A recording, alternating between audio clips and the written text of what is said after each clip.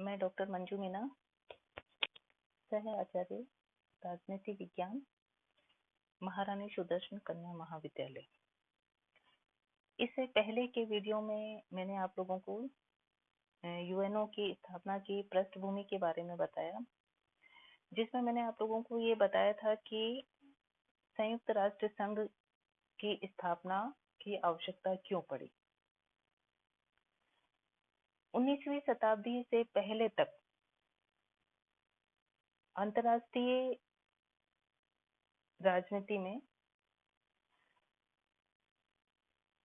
महाशक्तिशाली राष्ट्र का कोई कंसेप्ट जो है नहीं था, लेकिन साम्राज्यवाद और उपनिवेशवाद जो है, उग्र राष्ट्रीयता की जो भावना है, उसकी वजह से पूरे विश्व को प्रथम महायुद्ध का सामना करना पड़ा। इटली, जर्मनी और जापान की जो उग्र राष्ट्रीयता की भावना थी, उसके कारण से पूरी मानव जाति को उसका सामना करना पड़ा। विश्व को दूसरे महायुद्ध का सामना नहीं करना पड़े, इसके लिए राष्ट्र संघ की स्थापना की गई। लेकिन राष्ट्र संघ के होते हुए भी हमें द्वितीय महायुद्ध का सामना करना पड़ा। अब पूरे मानवता को तृतीय विश्व युद्ध का सामना नहीं करना पड़े, इसके लिए संयुक्त राष्ट्र संघ की स्थापना का विचार जो है मास्को सम्मेलन 1943 में लाया गया और उसको इम्प्लीमेंट करने के लिए 1945 में संयुक्त राष्ट्रों का एक सम्मेलन जो है सैन फ्रांसिस्को में बुलाया गया, और जो कि 25 अप्रैल से लेकर के 26 जून 1945 तक चला। और उसके पश्चात जो है संयुक्त राष्ट्र संघ का संविधान जो है बनाया गया, और 24 अक्टूबर 1945 को संयुक्त राष्ट्र संघ की स्थापना की गई और इसके संविधान को बनाया गया। और उस समय जिन राष्ट्रों ने, जिनमें कि 51 सदस्य राष्ट्र थे, भारत भी उनमें शामिल था, उस समय अमेरिका के राष्ट्रपति ट्रूमैन ने ये कहा था कि संयुक्त राष्ट्र संघ का चार्टर जिस पर हमने हस्ताक्षर किए हैं, वह एक ऐसी शक्तिशाली नींव है जिस पर हम एक सुंदर विश्व का निर्माण कर सकते हैं। और इनकी परिभाषाएं कुछ अन्य विचारकों ने भी प्रस्तुत की है। संयुक्त राष्ट्र संघ का जो संविधान बना, उसमें उसके कुछ जो है उद्देश्य निर्धारित किए गए, और जिसमें प्रमुख जो उद्देश्य रखा गया वह ये था कि विश्व शांति एवं सुरक्षा को बनाए रखना। सबसे महत्वपूर्ण जो उद्देश्य है जिसके कारण से संयुक्त राष्ट्र संघ की स्थापना की गई, कि पूरी मानवता को किसी तीसरे महायुद्ध का सामना जो है वो नहीं करना पड़े, और यही उद्देश्य जो है उसका महत्वपूर्ण रखा गया। उसी से जुड़ा हुआ दूसरा उसका जो उद्देश्य है वह है युद्धों को रोकना।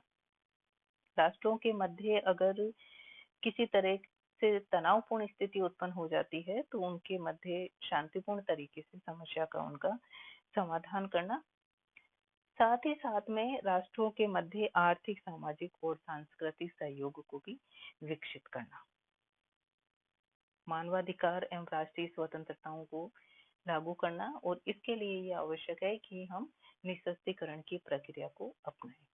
नई अंतर्राष्ट्रीय अर्थव्यवस्था का विकास करना भी संयुक्त राष्ट्र संघ का एक उद्देश्य जो है निर्धारित किया गया, और हमें किसी तरह का युद्ध जो है उसका सामना नहीं करना पड़े।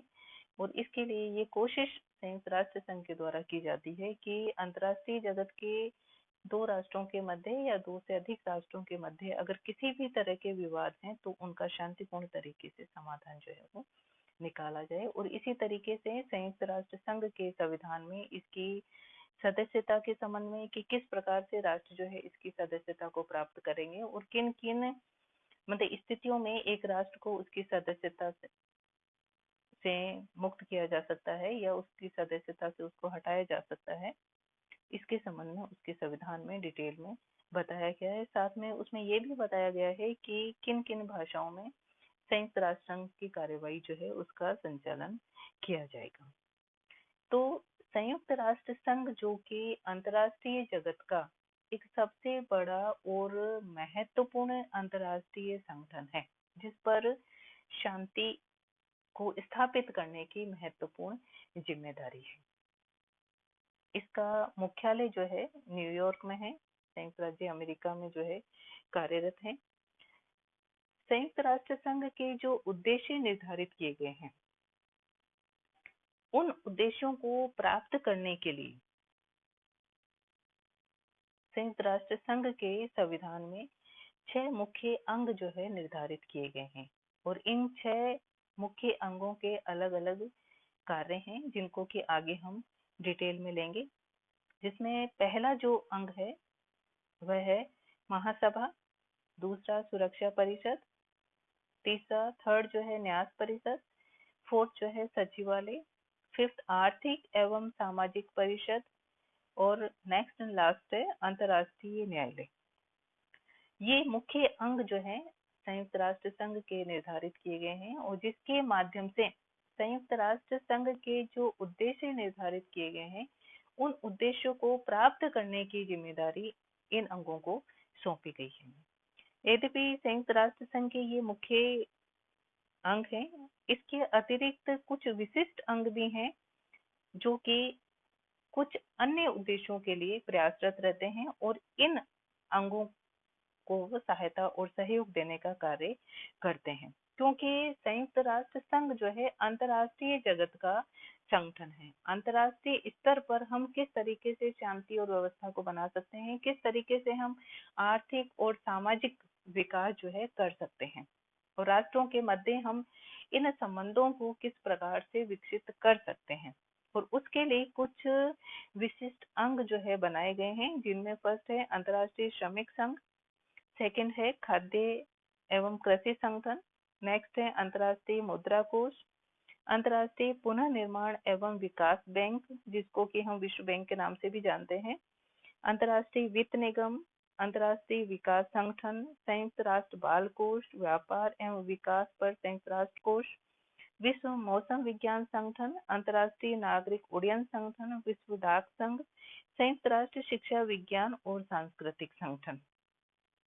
यह जो विशिष्ट अंग है यह भी अलग अलग क्षेत्रों में अपने कार्य को संपादित करते हैं जो कि संयुक्त राष्ट्र संघ के उद्देश्यों की ही का ही एक पार्ट है। उनको सहयोग देने का कार्य इनके द्वारा किया जाता है।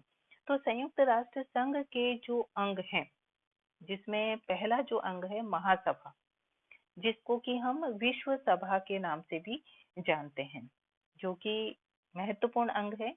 यद्यपि इन सभी अंगों में से सबसे महत्वपूर्ण जो अंग है सुरक्षा परिषद है, लेकिन महासभा भी सुरक्षा परिषद से कम महत्व जो है नहीं रखता है। अपनी जो नेक्स्ट क्लास होगी उसमें हम इसका जो पहला जो अंग है, फर्स्ट जो इसका अंग है महासभा, उसको लेंगे।